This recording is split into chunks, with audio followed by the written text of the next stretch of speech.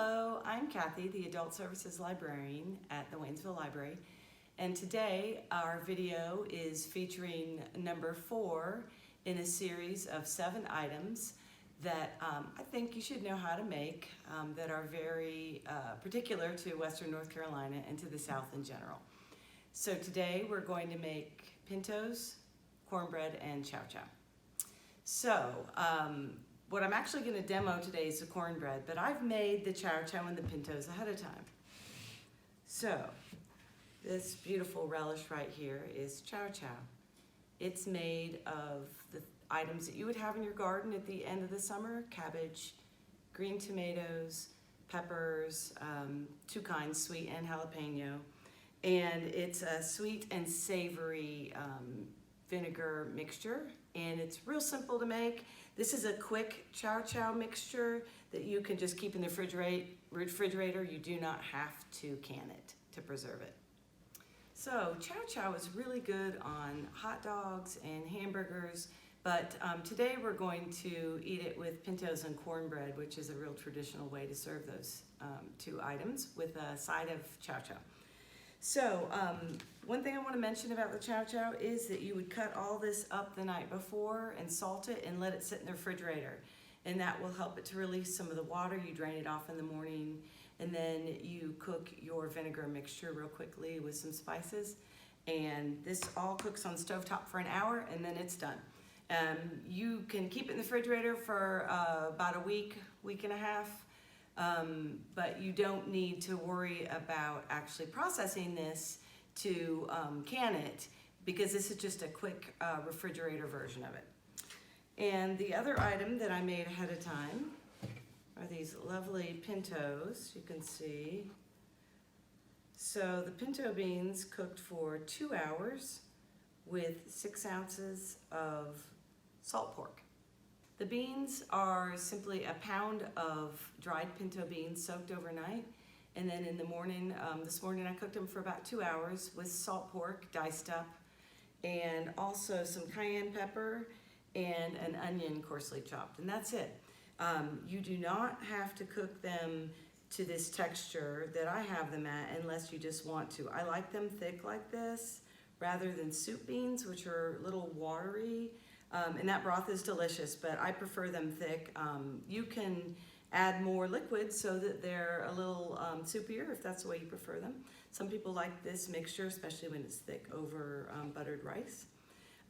But today we're gonna have it with cornbread and Chow-Chow.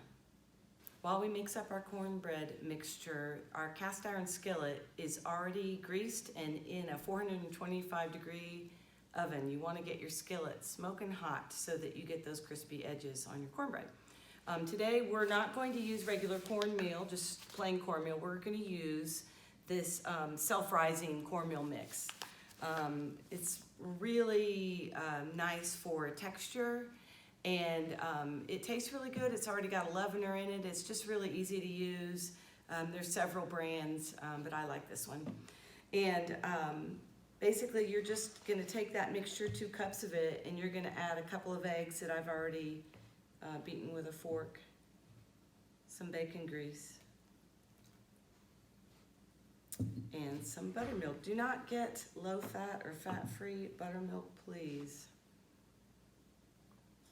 And it's just a cup and 3/4 of buttermilk.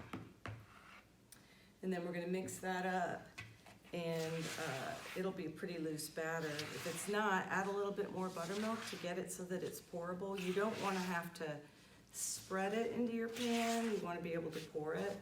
And remember, your pan's going to be blazing hot. If you don't have a cast iron, you can get, the results will be close if you use any other really heavy bottomed pan. So see the texture of this. It's nice and pourable, and that's what you want. So if it's not, like I said, just add a little bit more buttermilk. All right, so this is ready to pour into our hot skillet. So we'll be right back with that in just a moment. This silicone handle guard is really helpful. If you have a cast iron skillet, you might want to get one of those. So this gets poured into your cast iron while it's really, really hot.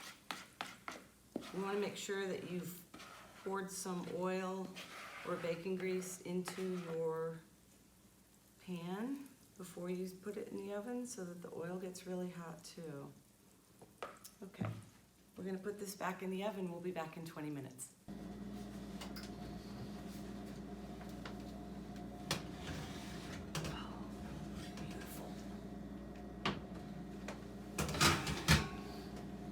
Here's this beautiful cornbread in cast iron skillet. Can't wait to eat it. It's nice and crispy around the edges, which is why you want to put the fat in the pan first when you're heating it up. So if you would like the recipes for the Chow-Chow, the Pintos, and the cornbread, you can access them from the library's webpage, and don't hesitate to email me if you have any questions. Thanks for watching.